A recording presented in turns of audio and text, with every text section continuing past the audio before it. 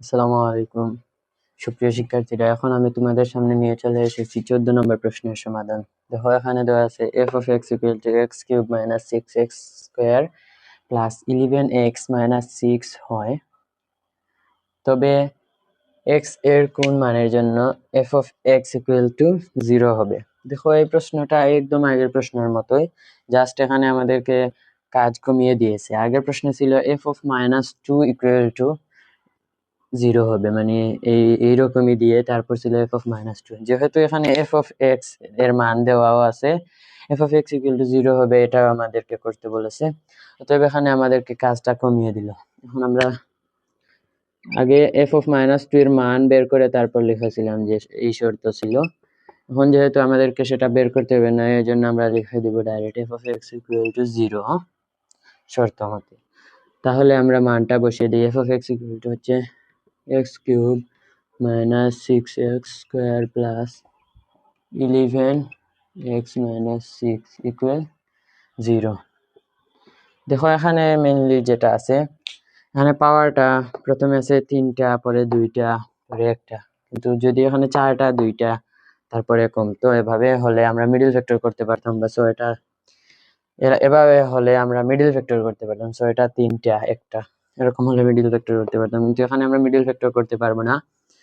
এখানে আমাদেরকে কমন নিতে হবে। দেখো, এখানে যদি এইভাবে রেখে কমন নেই, তাহলে কিন্তু আমাদের কমনটা এখানে যদিও এক্স স্কোয়ার কমন নেওয়ার পরে এক্স মাইনাস 6টা থাকবে, কিন্তু এখানে আমরা জাস্ট ওয়ানটাই রাখতে পারবো, এটাই থেকে যাবে। তাহলে আমরা যদি একটু ভাঙি, কমন নেওয়ার উপযোগী করতে পারবো।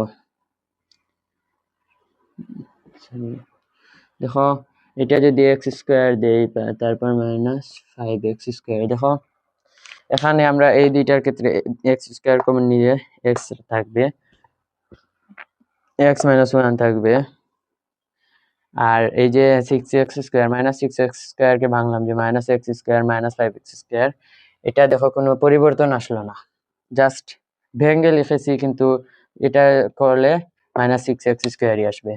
এখানে আবার যদি আমরা 5x দেই আর প্লাস 6x মাইনাস 6, দেখো এক্ষেত্রে যেটা হবে, এখানে আমরা 6টা কমন নিতে পারবো, এখানে 5x কমন নিতে পারবো, শুধুমাত্র এই নাম ভাঙার কারণে আমরা কমন নিতে সুবিধা হবে।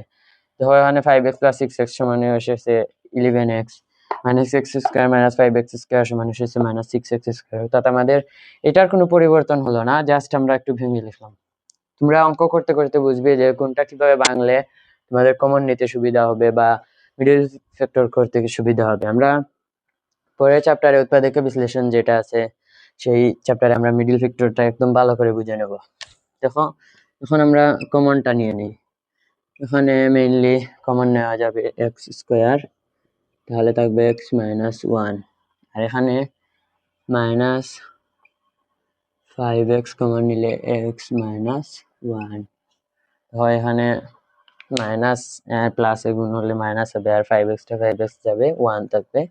এখানে যদি প্লাস 6 কমন নেই, তাহলে থাকবে এক্স মাইনাস 1 ইকুয়াল টু হবে 0। দেখো, এখানে কমন কি আসে, x minus 1, x minus 1, x minus 1 তিনটাই কমন নিয়ে নিলাম। তারপরে থাকবে x square minus 5 plus 6 equal 0।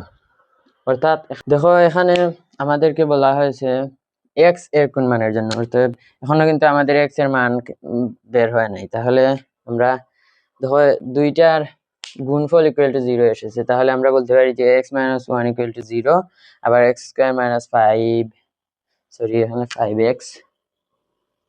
5x plus 6 equal to 0। তাহলে এবার আমরা এটার সমাধান করতে পারি। আমি উপরটা মুছে নেই, তোমরা একটু ক্যাপচার করে নাও। উপরটা মনে করো এখান থেকে মুছে নিলাম, উপরটা না, দাঁড়াও আমি এখানে এটা লিখে দেই যে x minus 1 into x square minus 5x plus 6 equal 0। এখন আমাদেরকে এক্স এর মানটাও জাস্ট বের করতে হবে, দাঁড়াও এটা মুছে দিই।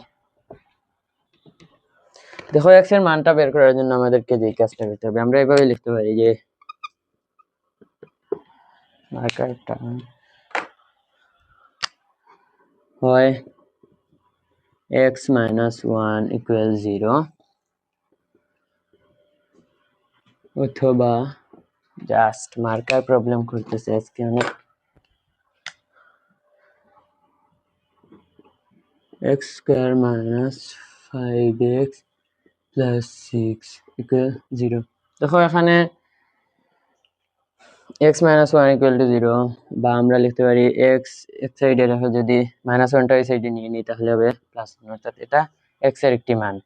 আর এইটার ক্ষেত্রে যেটা দেখো প্রথমে পাওয়ার 2 আছে তারপরে অর্ধেক কমে গিয়েছে। আমরা জানি, তোমরা হয়তো জানো, যে যারা জানো না এখন জেনে নাও, যদি প্রথম প্রতীকে পাওয়ার যেহেতু থাকে, মনে করো 6 আছে, পরের প্রতীকে যদি 3 হয় অর্থাৎ অর্ধেক কমে যায়, তাহলে তোমাদের এটা মিডল ফ্যাক্টরের মাধ্যমে আমরা সমাধান করতে পারবো। দেখো এই যে 6 এবং এই যে প্রতীকের আগে যে নাম্বার আছে অর্থাৎ 1, যেটা এই দুইটার গুণফল মাঝখানের যে নাম্বারটা আছে, এখানে -5x আছে, এটাকে এমন ভাবে ভাঙতে হবে, এমন দুইটা নাম্বার ভাঙতে হবে যাতে যেগুলো গুণ করলে এই দুইটা আসে। যেমন এখানে আমরা লিখবো x স্কয়ার। দেখো এটাকে যদি আমরা -3x - 2x দ্বারা ভাঙি তাহলে দেখো -3x - 5x - 2x সমান আসছে 5x, আর 3 - 3 × -2 সমান আসছে +6। অর্থাৎ আমাদের এখানে নিয়ম মানছে। এখন আমরা কমন নিয়ে নিব, জাস্ট x কমন নিলাম, x - 3 - 2 যদি কমন নেই x - 3 equal 0, x - 3 x - 2 এই দুইটা থেকে কমন নিয়ে x - 3 equal 0। এখান থেকে দেখো এই একই নিয়মে x equal to একটা আসবে 3 এবং